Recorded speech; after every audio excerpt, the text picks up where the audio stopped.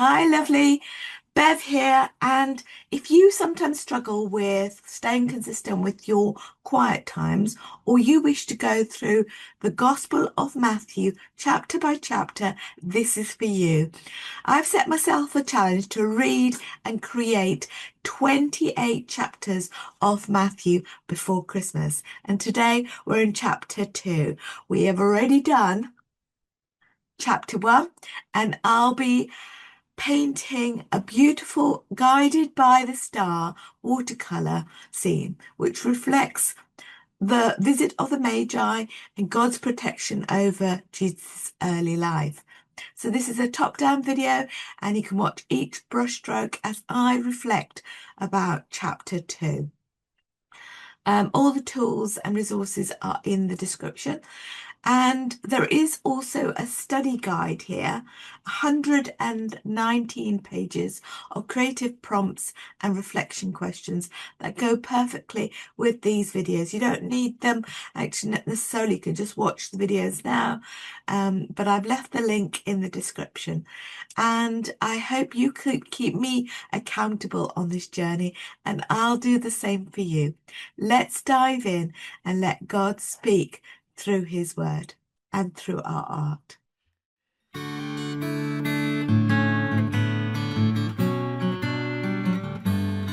Okay, I'm using the New Living Translation, and we're in chapter 2. You can follow along or in whatever translation you're using, and let's get to it. Okay, Jesus was born in Bethlehem in Judea during the reign of King Herod. About that time, some wise men from eastern lands arrived in Jerusalem, asking, "Where is the newborn King of the Jews? We saw his star as it rose, and we came to worship him." King Herod was deeply disturbed when he heard this, as was everyone in Jerusalem. He called a meeting of the leading priests and teachers of religious law and asked, "Where is the Messiah supposed to be born?" "In Bethlehem, in Judea," they said, "for this is what the prophet wrote. And you, O Bethlehem, in the land of Judea, are not least among the ruling cities of Judea, for a ruler will come from you, who will be the shepherd for my people Israel." When Herod called for a private meeting with the wise men, he learned from them the time when the star first appeared. Then he told them, "Go to Bethlehem and search carefully for the child. And when you have found him, when you find him, come back and tell me so that I can go and worship him too." After this interview, the wise men went their way, and the star they had seen in the east guided them to Bethlehem. It went ahead of them and stopped over the place where the child was. When they saw the star, they were filled with joy. They entered the house and saw the child with his mother Mary, and they bowed down and worshipped him. Then they opened their treasure chests and gave him gifts of gold, frankincense, and myrrh. And when it was time to leave, they returned to their own country by another route, for God had warned them in a dream not to return to Herod. After the wise men were gone, an angel of the Lord appeared to Joseph in a dream. "Get up, flee to Egypt with the child and his mother," the angel said. "Stay there until I tell you to return, because Herod is going to search for the child to kill him."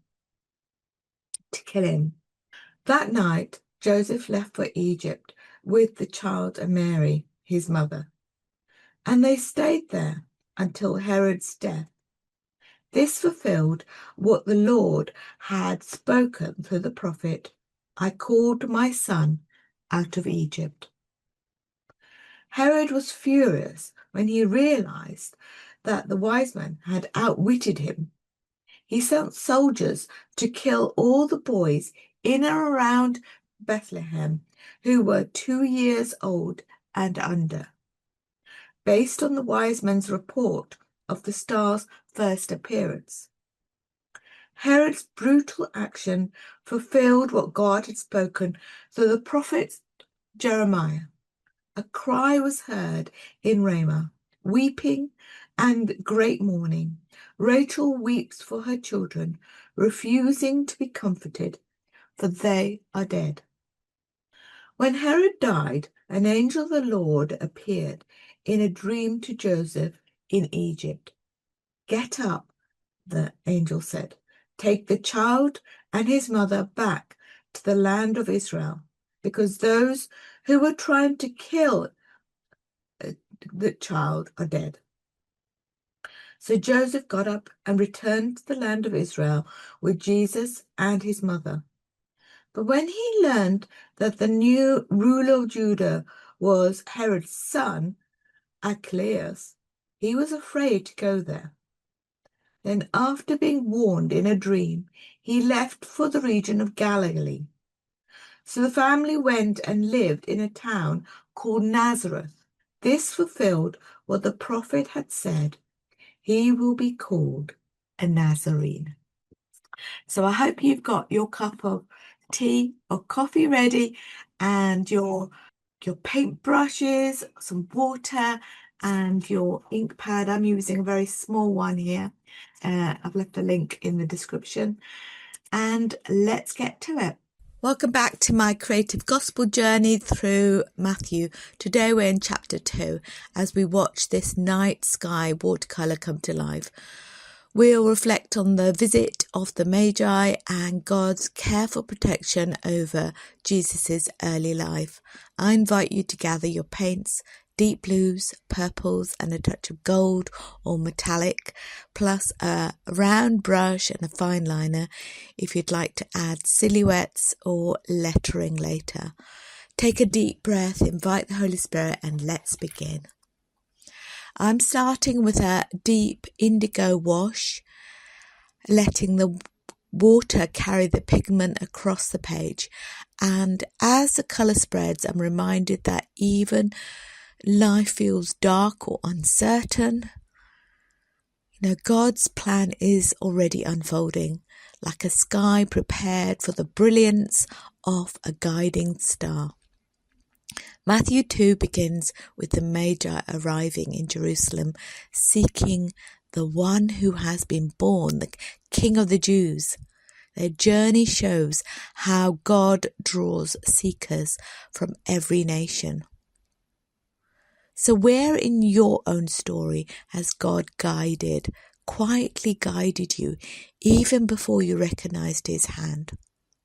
Maybe it was in a conversation, a delayed flight, or a bus journey, that's happened to me, or on an unexpected friendship. And as you lay down your first layer of paint, let those memories rise.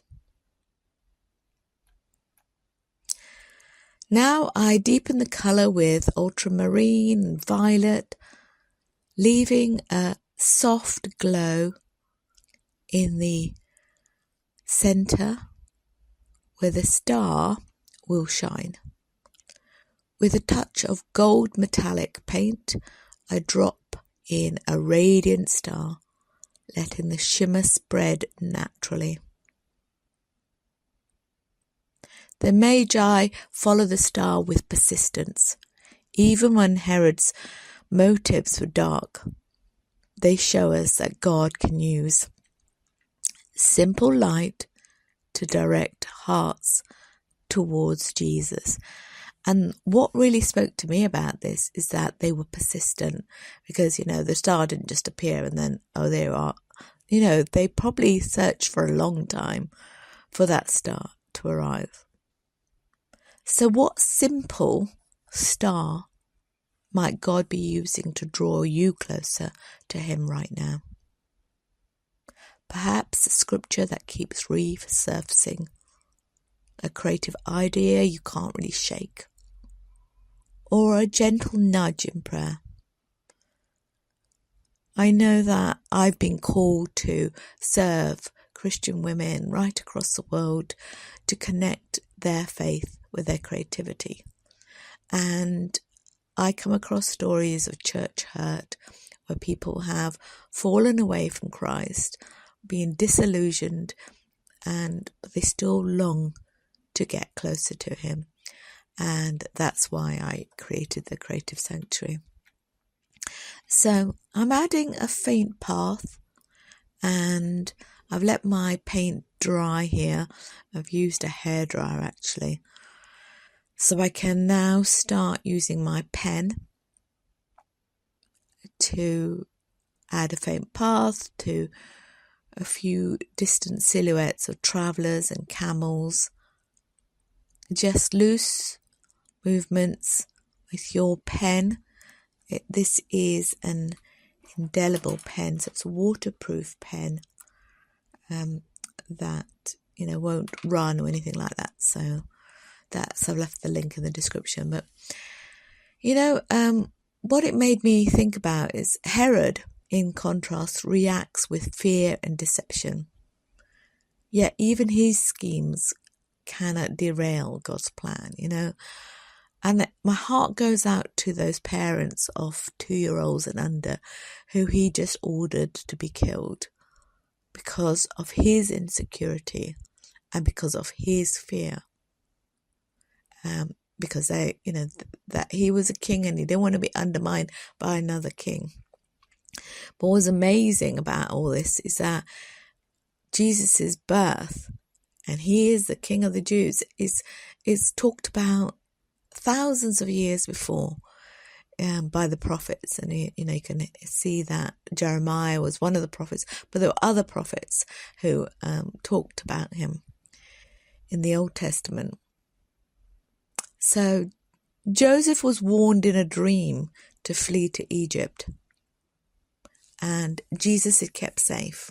Isn't that amazing how God uses a simple man to follow his path in an obedient way? So I want you to think about, where do you feel vulnerable or threatened? And how is God inviting you to trust his protection? Remember, the same God who guided Joseph and the Magi also watches over you.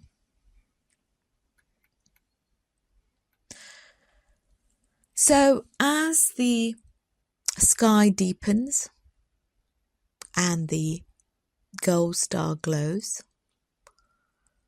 I'm thinking about the long, slow journey of the Magi.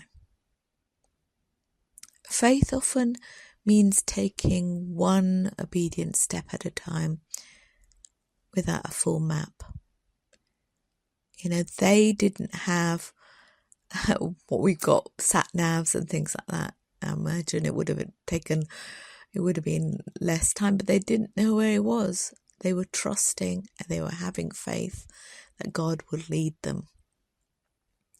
And they had that joy that they just so longed to worship Jesus, the Messiah.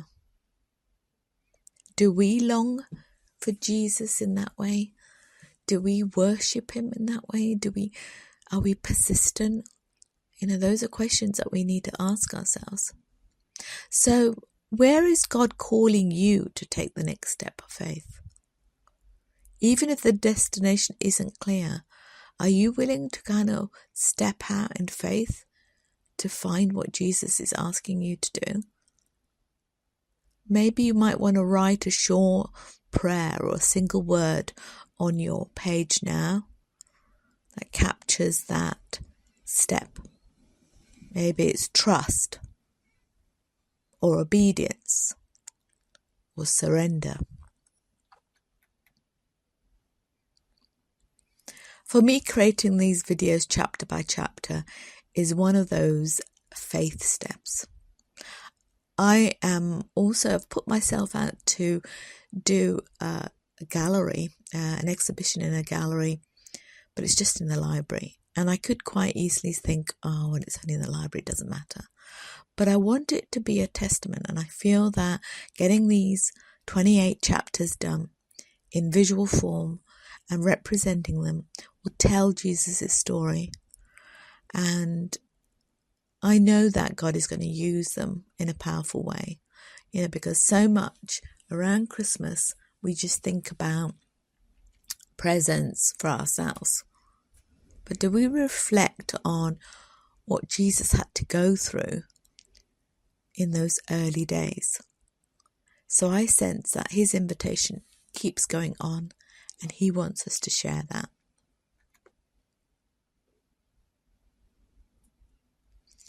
Now I'm adding some white splatters of stars and a soft outline around the guiding star to make it shine. The piece feels peaceful and full of wonder, just as the night might have felt when the Magi finally knelt before Jesus. Can you imagine that? Them kneeling down and in complete wonder and joy as they knelt before Jesus. Before they presented do you notice that they worshipped him before they presented their gifts? So, how can you worship Jesus in a fresh way this week? Maybe offering your time, your talents, or treasures, as the Magi did. And as you finish your painting, sit with that question. Maybe your worship looks like creating. Maybe your worship looks like serving a neighbour or giving generously. So as we step back, our canvas tells a story. God guiding, God protecting, and fulfilling his promises. So there you have it. We've stepped back to tell the story of Jesus' birth and the worship of the Magi. And so if this time has really blessed you, remember that there is a 119-page Matthew Gospel study guide that is packed full of creative prompts and reflective questions to help you go a bit deeper. And I've left the link in the description below. And what I want to also say is, if you have found this really inspirational, and you want to have this creative inspiration and sisterhood of women who love Jesus, who love art, who love creating things, and love to welcome you into the creative sanctuary, I've left the link in the description below. And we have a full bank of Bible devotionals, live co-create sessions, a whole library of art journaling exercises, and just a community of beautiful women sharing their talents and encouraging one another and praying for one another. So thank you for taking this time of painting and praying with me today. And I'll see you in Matthew chapter 3. If you haven't watched Matthew chapter 1, you will see the link somewhere around here. And as we continue our journey through the gospel, chapter by chapter before Christmas. I'll see you in the next one. Bye for now.